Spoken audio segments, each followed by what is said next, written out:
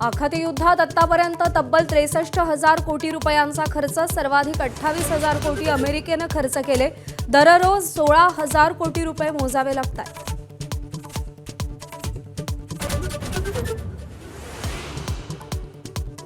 इराणवर अनेक हल्ले केल्यानंतरही अजून मोठा हल्ला बाकी, अमेरिकेच्या परराष्ट्र मंत्र्यांचा पुनरुच्चार. एपिक फ्युरी या युद्ध मोहिमेत अमेरिकेकडून आणखी आक्रमकतेचे संकेत.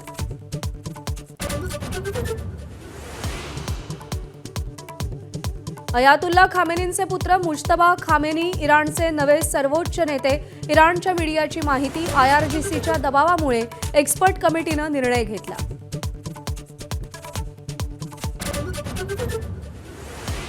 इराण इस्रायलवर हल्ला करणार होतं म्हणून आम्ही युद्ध पुकारलं, डोनाल्ड ट्रम्प यांचा दावा. इराणचे टॉपचे नेते आणि हवाई सुरक्षा यंत्रणा नष्ट केल्याचाही दावा. ब्रिटन आणि स्पेननं युद्धात साथ दिली नाही म्हणून टीका. दुबईमध्ये अडकलेले 164 प्रवासी रात्री मुंबईत दाखल. नागरिकांसाठी उपमुख्यमंत्री शिंदेंकडून फुजैरा एअरपोर्टवरून स्टार एअरच्या 2 विमानांची सोय.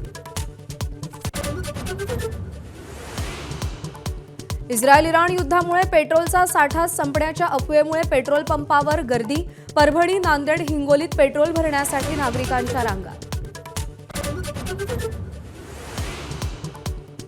भारताकडे 25 दिवसांचा इंधन साठा असल्याची केंद्र सरकारची स्पष्टोक्ती. तेलाच्या तुटवड्याच्या अफवांवर विश्वास ठेवू नये असं आवाहन. आखाती देशांशिवाय इतर देशांतूनही तेल आयातीचे पर्याय खुले असल्याचा दिलासा.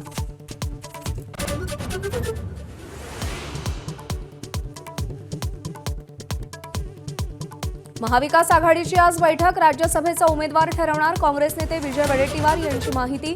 अजून कोणाचंही नाव निश्चित झालं नसल्याची स्पष्टोक्ती. शरद पवारांचं नाव अंतिम होण्याची चर्चा.